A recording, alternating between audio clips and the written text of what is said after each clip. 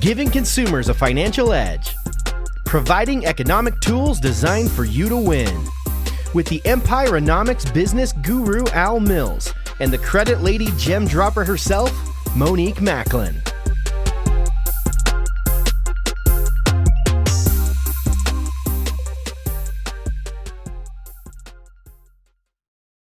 Hello, and welcome to Wake Up and Win with Al Mills and Monique Macklin. My name is Monique Macklin, and I'm known in the industry as the Credit Lady.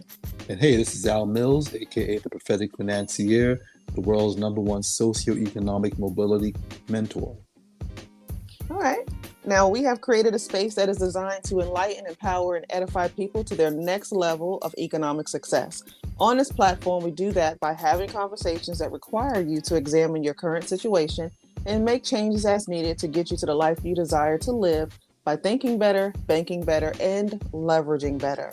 Now, on today's show, we will be discussing credit as an asset, not a liability. So a lot of people, Al, of course, are going to be thinking credit in itself is simply a liability because you are creating debt. But from what you have been teaching me, credit is, and if it's used properly, it is an asset or can be used as an asset, correct? That is correct. And if you really, I'm going to kind of go back and forward so that we can get a better understanding of what credit is and how it was initially created. So, for example, back in the 1850s, American Express was founded, right? Everyone knows American Express. You know, everyone's pursuing that platinum, that gold card. 1950s. Actually, 1850. 1850? It's 1850. I'm correct. 1850 is when American Express was founded. Okay. And they were truly created as a competitor to the United States Postal Service. So it really started way back then. Then in 1887, the term credit card was coined in a book by, what's the name of that book again?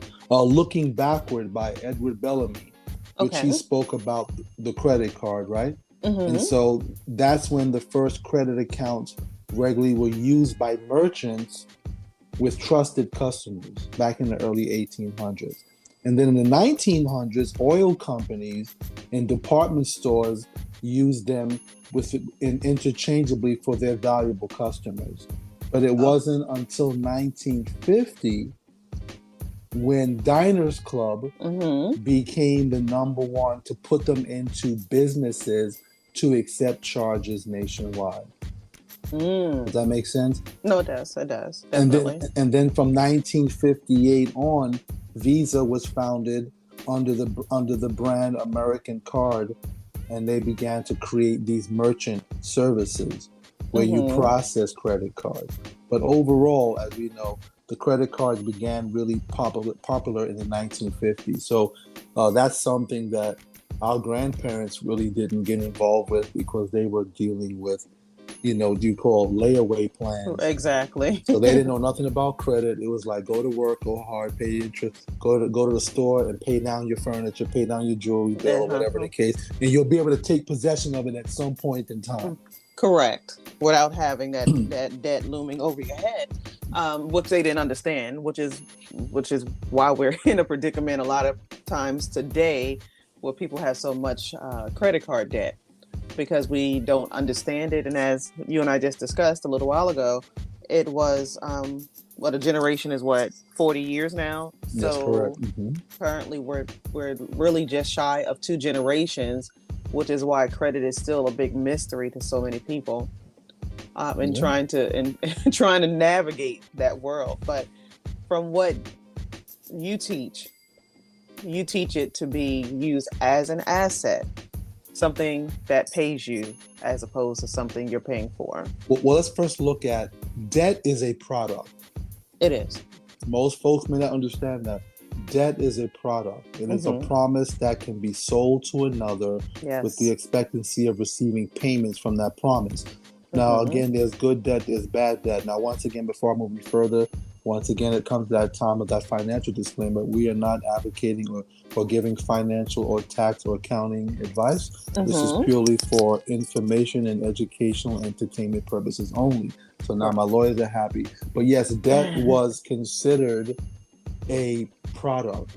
And so they knew the uninformed. This is what we talk about, that disparity between poverty and wealth, proper information. Well, there was this information was injected. These cards were put in the hands of people. Just imagine this. The 50s was the first credit card, right? Right. Then in the early 60s, 1960s, was the magnetic stripe verification, was that little magnetic strip on the back of the credit card. Right. Prior to that, you took it to the store.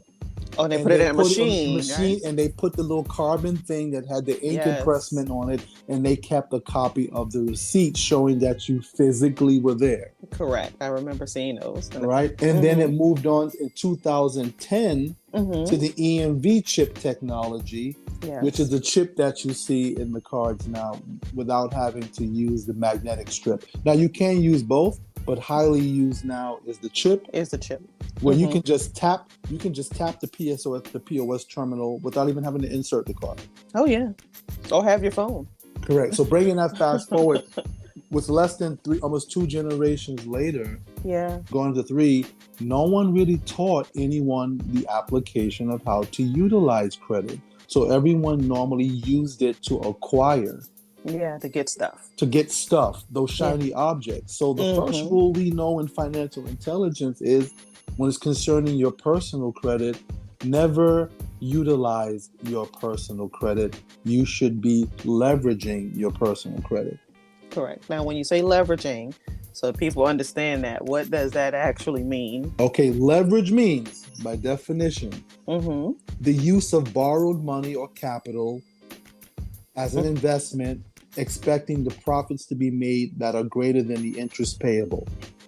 So that means the credit card should be used as an asset where you would take the money from that card, turning the credit to cash, and purchase something that would produce passive income for you, which would be greater than the interest that you would pay for using the credit on the said card. That way you get a return. You get a return. But what else do we use it for? To go on a vacation, to do renovations in the kitchen, to buy shoes and clothing. So just imagine this: you went to you go to the, let's say, Macy's or Nordstrom, and you buy a shirt for $100, but your interest rate on your credit card is 14.99%. So you just paid $114.99 for the shirt that was priced at $100. Correct. There lies the common mistake that most make. Yeah, and people don't seem to get that part. They think and they look at credit cards as free money. Well, yeah, because psychologically it's not yours, so you always will have the propensity to spend more if it's not directly correlated to yours, right? Right, that's true. And well, even the trap, I think it's entrapment a lot of times, especially when credit card companies can go to colleges and just hand out applications to children and give them $5,000, $10,000, $20,000 on credit cards when they don't even have a job. Right. So now who's responsible for making their credit card payments? Correct. They are. But or their parents. Or their parents, yeah. But what if their parents don't even know that they have these cards? That is correct. And so that's the indoctrination now, where the first form of fear kicks in, because you know that you live in a credit-rated society, and now you're going to do whatever it takes to stay competitive, so that you can get a good job or get qualified for better insurance rates and loan rates and all of the above. And this is what then creates that fear of not going outside of the system. Correct. Exactly. So in this conversation, we want to speak about how to turn this debt this credit into an asset, because you're gonna have, like you said, there's good debt and there's bad debt. So what can people do to turn credit into an asset? What can they invest in? Well, the first thing is you need to always understand what is your true cost of capital, and that is called a loan constant. And in Economics, we teach how do you calculate a loan constant, which is the true cost of money and the velocity and how you pay it back, because money has a speed limit, ladies and gentlemen, for all of our listeners. Yes. And if you're on that financial highway and you are moving along that, if you're not keeping up with the speed limit, you're going to have infractions, or you're going to be technically infractions, meaning smaller pieces. Yeah. You'll be into many pieces. And so, we need to know that speed limit to begin with. So in this example, we're talking about a credit card that may have a 14.99% interest rate there.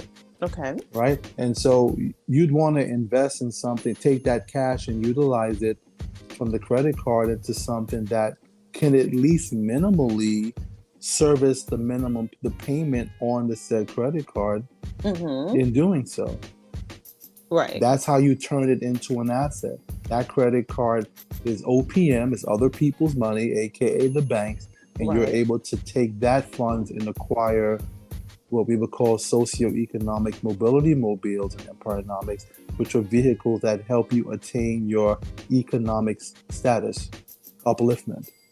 Gotcha. So if you have a 14.99% interest rate, what is it that you could actually invest in that's going to give you a return that's higher than that 14.99? Well, that comes back to your community that you belong to. Do you have access to these circles to get access to assets that would produce a yield greater than 14.99%? There are lots of opportunities out there that can do that. And members in our community are doing it every single day. Right. Correct. I mean, what's an example? Like, could it be real estate? Or real estate? We can use real estate. Real estate could be one of them. Now, we talked about contractual worth versus transactional riches, right? Yes. So I'm just going to use this as an example. Yeah, you could take your credit card with a 14.99% interest rate and say you had a $20,000 credit limit.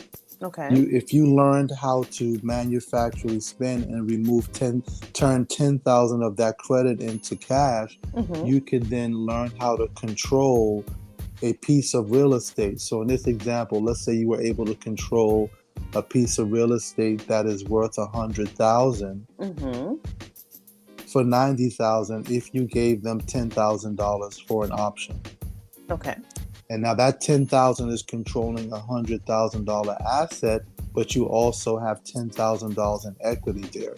And you then find someone who'd like to buy that said property that you have under control under an option for $90,000, and you assign your rights to that contract, again, contractual wealth, to a third party, and they pay you $5,000 for your contract.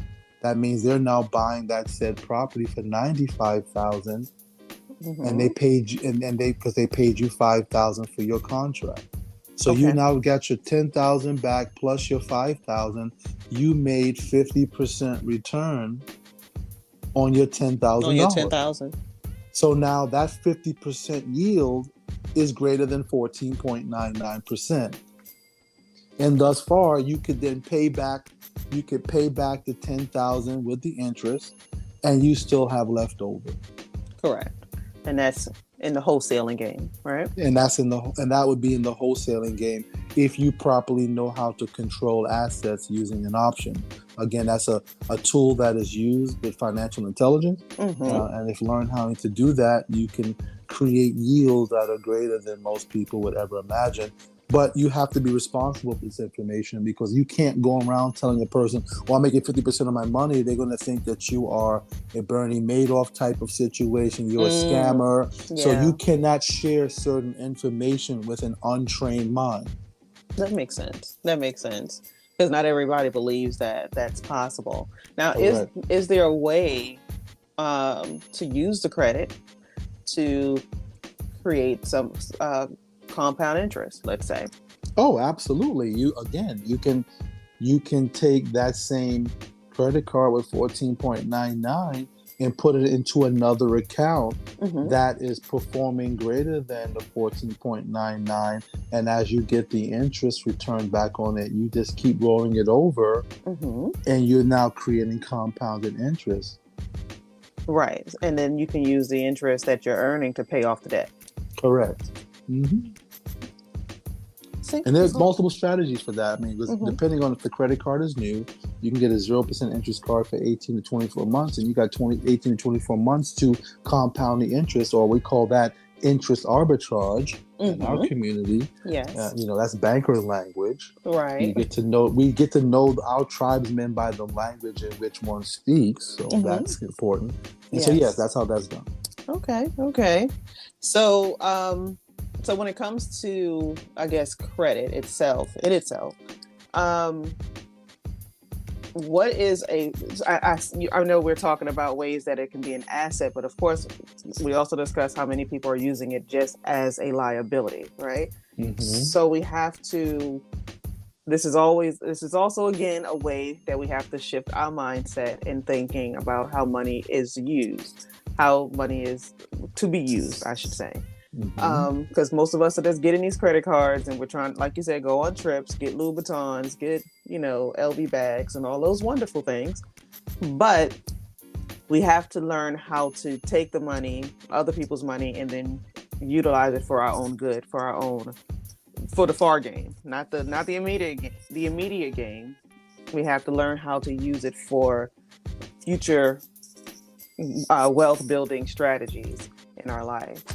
Well, the two leverage plays to that is use the credit card.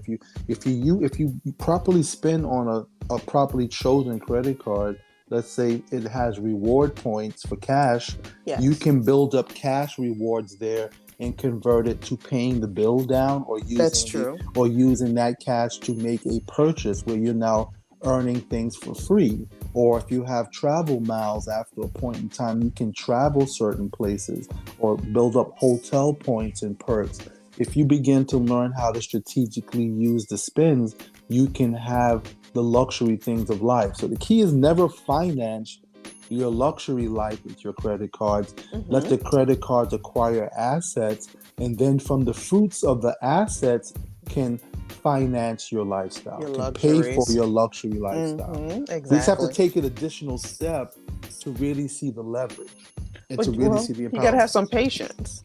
Oh yeah, patience is a virtue. That's it. That's what most of us get it, and we're out ready to spend it. But the other thing is, people got to understand that there's personal credit and then there's business credit. You can leverage business credit a whole lot more so that you can protect your personal credit in this instance as well, correct?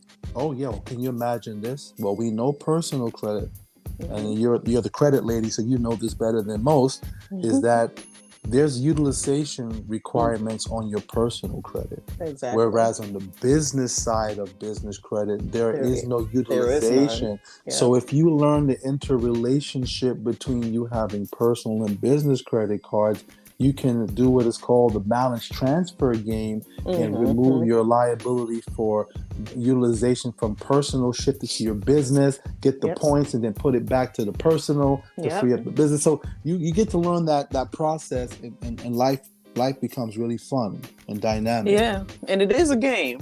The credit game really is a game. You just have to learn how to, because they're playing you in this game. Now you have to learn how to play it. You have to learn how to play their game if you want to win. So, a lot of people look at this as monopoly money, but it can put you into a real big, a big hinge if you're not learning how to maneuver properly in the credit game. I was trying to think of some other assets that somebody might be able to look into. Credit education. Well, yeah. Let's look at this. 90 days to 6 months of specialized knowledge in learning your consumer protections and your consumer and your reporting protections. You can tap into $50,000 to $250,000 on both personal and business side within 6 months. At a fraction of the cost of a 4-year degree. Because here's the question: how many college graduates earn $250,000 out the gate Very from graduation. few. Very few. So Very few. if you become a graduate of credit education, you can walk into a place where you have access to 250,000 on one side, 250 on the secondary side. You're at a $500,000. But here's the beauty. Here's the gem of the day from the TPF. Okay. Borrowed money is not taxable.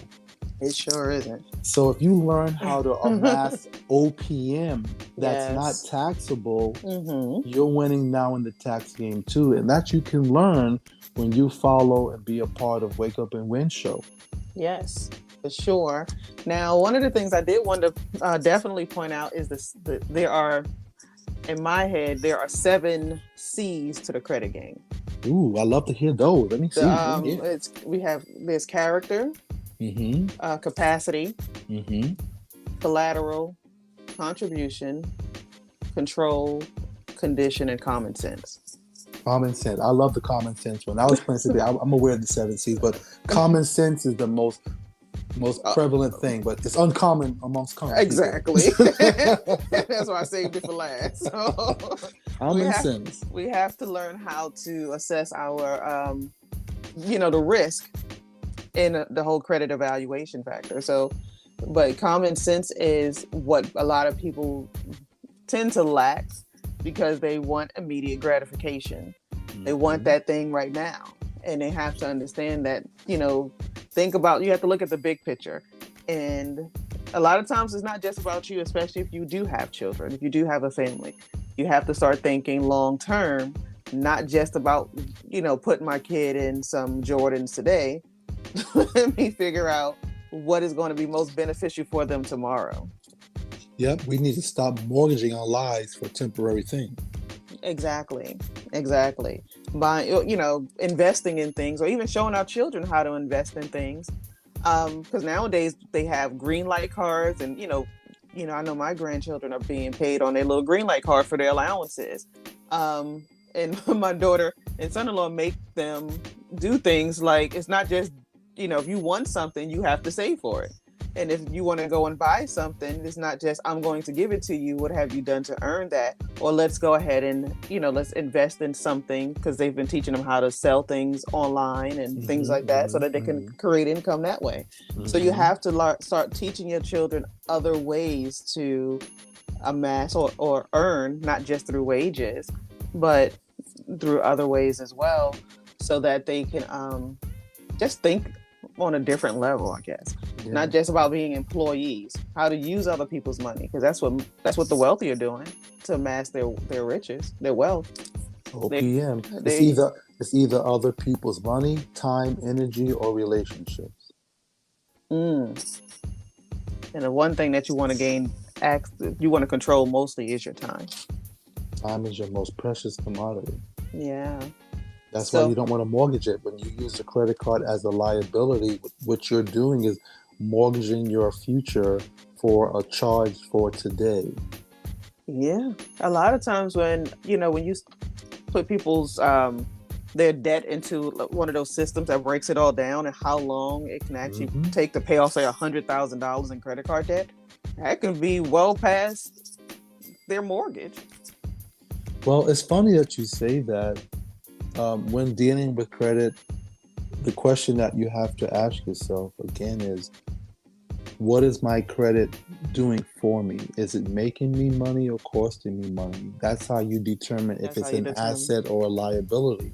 Secondly to that, you need to ask yourself the question, where is my money going? You need to monitor it in order to manage it. That is true. So where is my money going? And to your point, total debt and interest paid in a person's average life with credit cards is $1,082,000. Now, on the previous show, we talked about lifetime income is about $1.8 million for the average individual working in America who work between 30 and 40 years of employment or work, will generate 1.8. So now, of that 1.8, most people pay $1,082,000 of that into total debt and interest payments. Wow. Collaboratively, and that's combined between student debt, home interest, car finance interest and all the like. It's just amazing. And this is why people can't get ahead. Absolutely. This is exactly why people cannot get ahead. So we're having this conversation, this one specifically, because we want people to understand that if you want to partake in the credit card game, start to just look at it a little bit differently. Change your mindset on how credit is supposed to be used, because as Al even taught me, and I've been in this industry for a long time, but the first time I ever heard that credit is supposed to be used as an asset, it was initially intended for being an asset, was last year. That was the first time I had ever heard that. When credit cards were created, credit was created, that's what it was intended for, not for people to just go into, amass a whole lot of debt. And then be running, trying to pay that. They're going to work every day to pay down all of these bills and get from under all of this debt so that they can go and find some more debt to get into. Listen to what you just said. Every person, most people, 7 out of 10 people wake up every day to go and create an earning, a wage, to pay Mr. Visa, Mrs. MasterCard, Uncle American Express, all these other entities before they pay themselves. Mr. Car Note, Mr. Mortgage. They're the last one Mr. Student Loan. They just condition. See, that's the conditioning. That's that social conditioning. Yeah. Is that decision uplifting your social status or not? It's not. Not at all. It causes most people, even those people who are earning 6 figures and more, it causes even those people to be living paycheck to paycheck. So it's not just people earning $50,000 and $60,000, because the more you earn, the more you want to spend. Well, I came across a statistic that I found to be very, very shocking. And again, in my journey of doing business, acquiring small and medium-sized enterprises, engaging in real estate and the like, I have worked with all nationalities and ethnicities. So I'm like the United Nations. But a statistic did stick out to me that really appealed to me, and that was that according to the Center of Disease Control, the number one disease that kills the carbon dominant or brown people is the disease of heart. It's heart disease. And the number one cause of heart disease in the brown and melanated community is the cause of acute and chronic stress. Which comes from what? Financial hopelessness. Yes. Because 76% of American people are living paycheck to paycheck. Most marriages end in divorce because of financial stress. Most arguments are derived from financial stress. And so why am I saying this? Because debt, aka is the financial curse, which is causing the number one financial stress. And so credit, in learning to use credit as an asset versus a liability, you can reduce your chances of creating heart disease. Yeah. I've always thought and said to myself, when even many moons ago, I said, when people get the money problem out of the equation, it alleviates so much off of them. When when you're not at work all day focusing on how I'm going to pay the light bill and the gas bill and the car note and all these other things, this is how those payday loans came into play, which is like, legal loan sharking to the max. All of these little things that, start to come into play, and you think that it's going to help you. No, it's putting you further and further behind. So you have to start learning how to just think about money, just think about it a whole lot differently, and, learn to say no. Just because somebody, just because you get approved for $1 million mortgage loan doesn't mean you have to go find $1 million house. That is very true. And that's you have to learn how to pay your bills you get paid on your net. You pay bills on your net. Yes, you may make $250,000 or $100,000, but you don't bring that home. So you have to start learning how to live on your net income, and also how to pay yourself from your net income first, and then worry about all the other things too. Oh, that's the key. Pay oneself first. Yeah. That's very, very key. I agree with you totally. Because IRS going to get their money first. So you got to pay yourself second, honestly. So you got to be next on that totem pole so you can start doing things that are most beneficial for you in your family. But yeah, we really wanted to have this conversation because credit is a big thing. Many people come to me to fix their credit, and so that they can gain access to more loans and more credit, right? So we want to make sure that people understand that when you are going after these loans, when you're going after these credit cards, learn how to utilize them in a way that's going to bring you a great return on your investment and help move you, in upward mobility, up the socioeconomic mobility chain. That's the goal. Right. And it's great. You made a statement there. I think we should create this as one of the topics. Was credit ever really broken?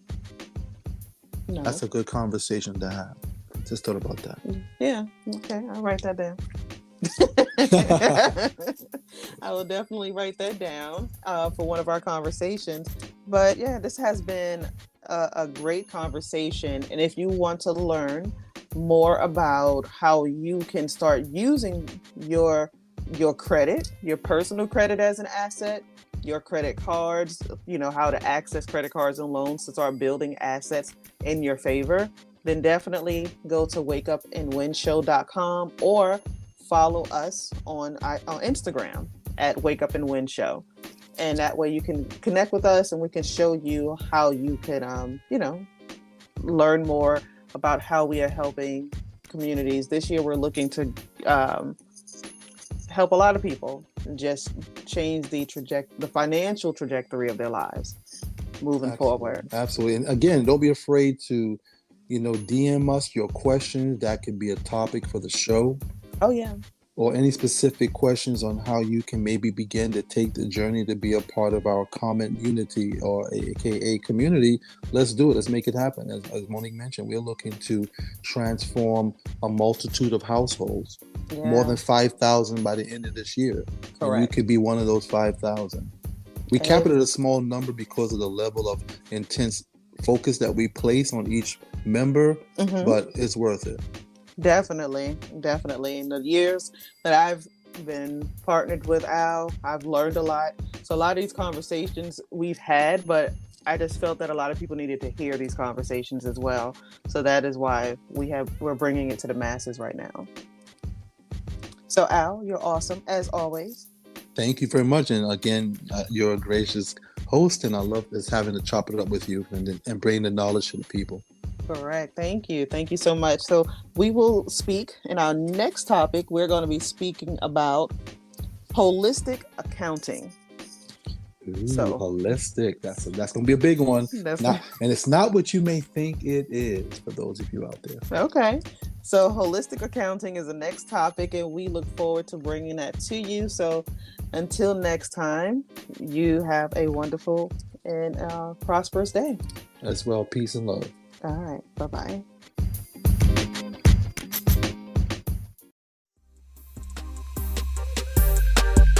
Thank you for listening to Wake Up and Win with Al Mills and Monique Macklin. We hope you've been enlightened by today's message. Please subscribe to our podcast and share with your friends on your social media platforms. If you have any questions or comments, follow us on Instagram at Wake Up and Win Show.